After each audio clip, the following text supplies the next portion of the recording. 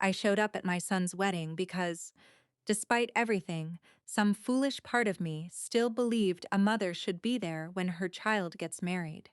I was standing beneath the stone archway of St. Matthew's when my son saw me. He stopped. For 1 second, neither of us moved.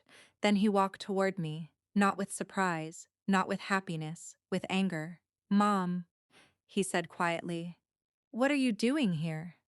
I looked past him at the church doors. "I came to see you get married." His jaw tightened. "You weren't invited." The words were softer than they could have been. That almost made them worse. I looked at my son, the boy who once fell asleep holding my finger because he was afraid of thunderstorms. The man standing in front of me was 32 years old. He wasn't that boy anymore. And I had spent years pretending I hadn't noticed. "I know," I said. He glanced behind him. People were watching. I could feel them, the bride's relatives, his friends, people who had probably heard a different version of our family story. My son stepped closer. "You need to leave."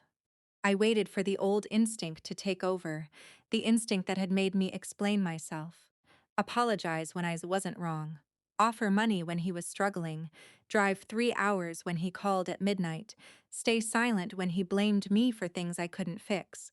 But that instinct was tired, so I simply nodded. "Okay." He looked almost disappointed. Then I added 7 words. "But check your phone later, sweetheart." His expression changed just slightly. "What does that mean?" I smiled, not happily, not cruelly, just sadly. "It means goodbye." I turned around and walked away. I didn't hear him call my name because he didn't. Not then. The first message arrived 12 minutes later. I was sitting in my car, parked 2 streets away. I didn't open it. Another came, then another. Finally, my phone rang. It was the church administrator. I answered. "Mrs. Bennett, I'm sorry to bother you. It's all right. There's been a problem with the marriage authorization." I closed my eyes. Of course, I knew exactly what she meant. 6 months earlier, my son had asked me to help organize the paperwork for the church because the original application had been filed incorrectly. He had been too busy.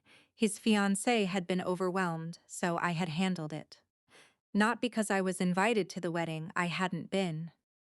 But because even after my son stopped speaking to me regularly, I still believed helping him was what mothers did. The administrator continued. "Your name is listed as the authorized contact for the documentation. We need your confirmation before the ceremony can proceed." I stared through the windshield. There it was, the strange little irony of life. My son had just told me I wasn't welcome inside, and yet without me the ceremony couldn't legally move forward.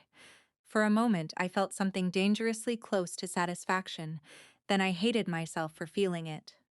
Because this wasn't what I wanted. I didn't want my son standing helplessly at an altar. I wanted him to love me. Those were not the same thing. My phone buzzed again. This time, I opened the messages. "Mom, where are you?" Then, "What did you do?"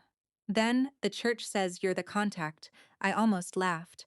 I hadn't done anything. That was the point. I had simply stopped doing everything. I called the administrator back. "I'll send the confirmation." There was a pause. "Are you sure?" I looked at the church in the distance. "Yes, would you like us to delay the ceremony until you arrive?" That question stayed with me. I could have gone back. I could have walked through those doors. I could have watched my son realize that the woman he had rejected was still the one who could save his wedding. But I didn't want that. I didn't want to win. I wanted to stop needing to. "No," I said. "There's no reason to delay anything." I sent the required confirmation. A few minutes later, my son called. I watched his name appear on my screen. I let it ring. Then it stopped. It rang again. I answered the third time. "Mom." His voice sounded different, smaller. I said nothing. "I didn't know you were the person handling that." "I know. Why didn't you tell me?" I looked down at my hands because I wanted you to notice me, because I wanted one day when you would need me and finally understand what I had been worth, because I am your mother. And sometimes mothers have ugly thoughts too, but I didn't say any of that. Instead, I said, You didn't ask. Silence, then he whispered, "Are you coming back?" That was the question I had been waiting years to hear. And somehow, when it finally came, I didn't want to answer it the way I once would have. No. Another silence. Mom, I'm glad you called. Can we talk? I looked toward the church. People were beginning to enter. The wedding was going ahead. His life was continuing, so was mine. Not today, I said. Why?